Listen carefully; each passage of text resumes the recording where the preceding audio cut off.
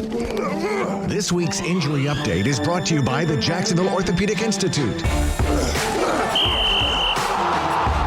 JOI is the official sports medicine provider of the Jacksonville Jaguars. And we welcome in Dr. Steve Crenshaw with Jacksonville Orthopedic Institute. Doc, hope you had a fantastic Thanksgiving.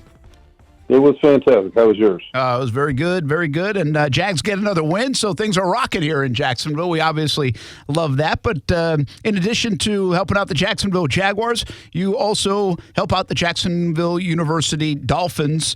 And that means you're a busy guy, huh?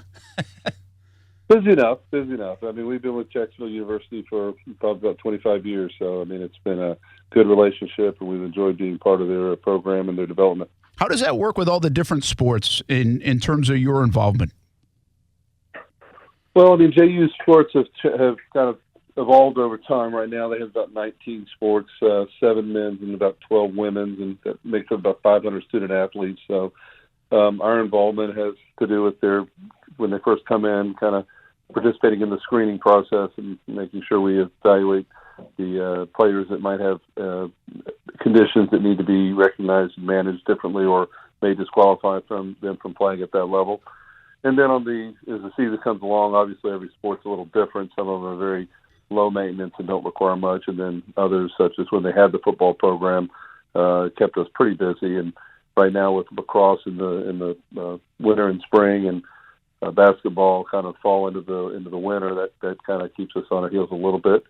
But it's it ebbs and flows. I can't say that it's overly time consuming, but it's been fun. It's a good group out there, and we've enjoyed working with the trainers and the athletes, and I think it's a good relationship for everybody. I think about it in the context of, let's just say, from the Jaguars' perspective or from a professional athlete standpoint, most, not all, but most are kind of, from a maturation standpoint, maybe near their peak maturation, a little different from a collegiate athlete, right? And I don't know how does that impact maybe some injuries in terms of some athletes are still growing when they get on a college campus.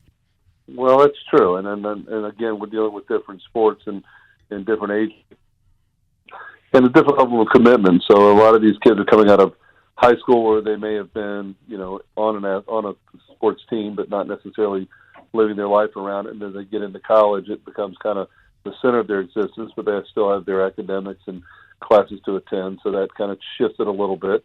And then obviously when you get into the pro level, you're talking about a full-time commitment year-round. So it's different on that end. And then the age of the individuals, clearly we're dealing with some 18-year-olds that are just barely skeletally mature, and in that sense they have different vulnerabilities and different injuries, and it's not always things that we have to be involved with from a management standpoint, but it's in terms of just being aware of that and having to sometimes get involved with modifying their workouts or modifying their participation so they don't get hurt.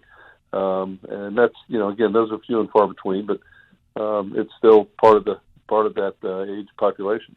Dr. Steve Crenshaw with us here on Brent and Friends on ESPN 690 from Jacksonville Orthopedic Institute, joionline.net to read more about the resume of Dr. Steve Crenshaw. You think about the professional athletes once again, and they know their body so well. It's kind of, I remember Maurice Jones-Drew saying that, hey, your body is your engine, really. Like, you know it. And I would imagine at the collegiate level, you mentioned it, people are studying and still getting their education and still very committed to their sport, but there's probably a lot of knowledge you have to share about some of these injuries with some of these players, parents, and even coaches, I would bet.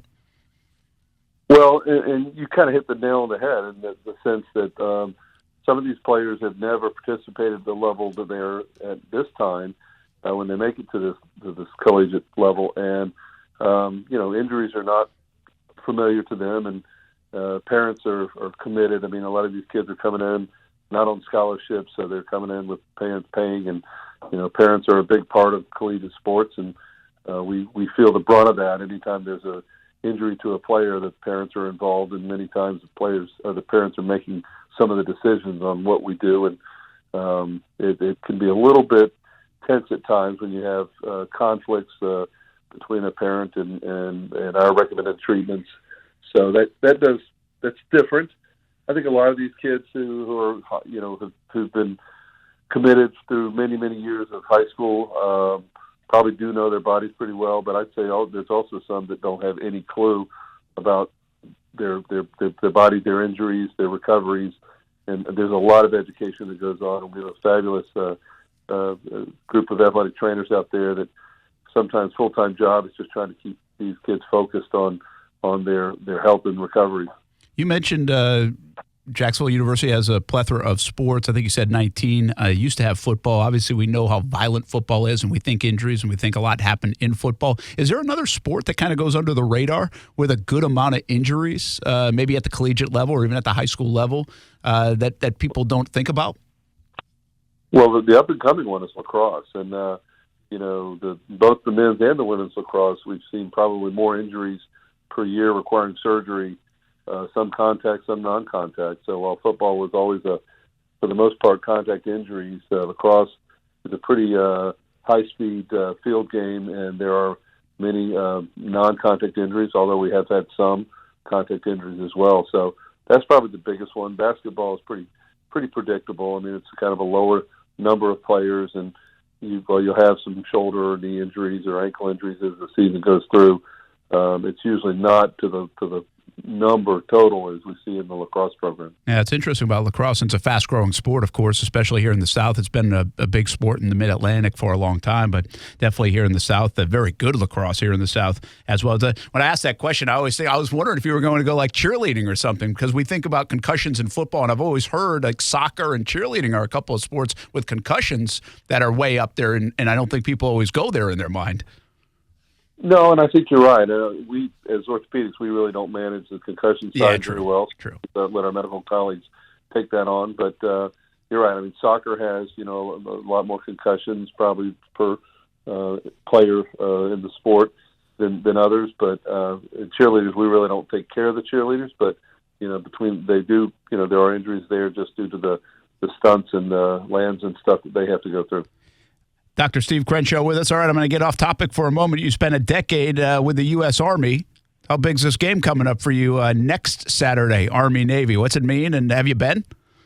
Well, the Army's kind of a distant past for me, but, I mean, it's obviously once you're in the service, the branch of the service, you're kind of allied to it for life. So, I mean, the nice thing about that Army-Navy game is always that it's on a weekend when there's no other football, so you can always rally some of the guys and sit around and jaw it out. And I think last year we had one of my buddies was a Navy guy, and we got down to the wire and had a bet as to who was going to win. And obviously Army won, but they didn't win until like the very end, and we bet the barbell on that. So he was pretty unhappy with that, and I kind of laughed as we left there that day.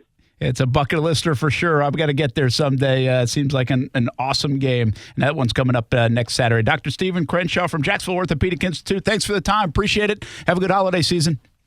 All right, Brent. You too. Take care, bud. All right. That is Dr. Steve Crenshaw. We visit with the Jacksonville Orthopedic Institute doctors and get educated on some of the injuries around sports each and every week right here on Brent and Friends on ESPN 690.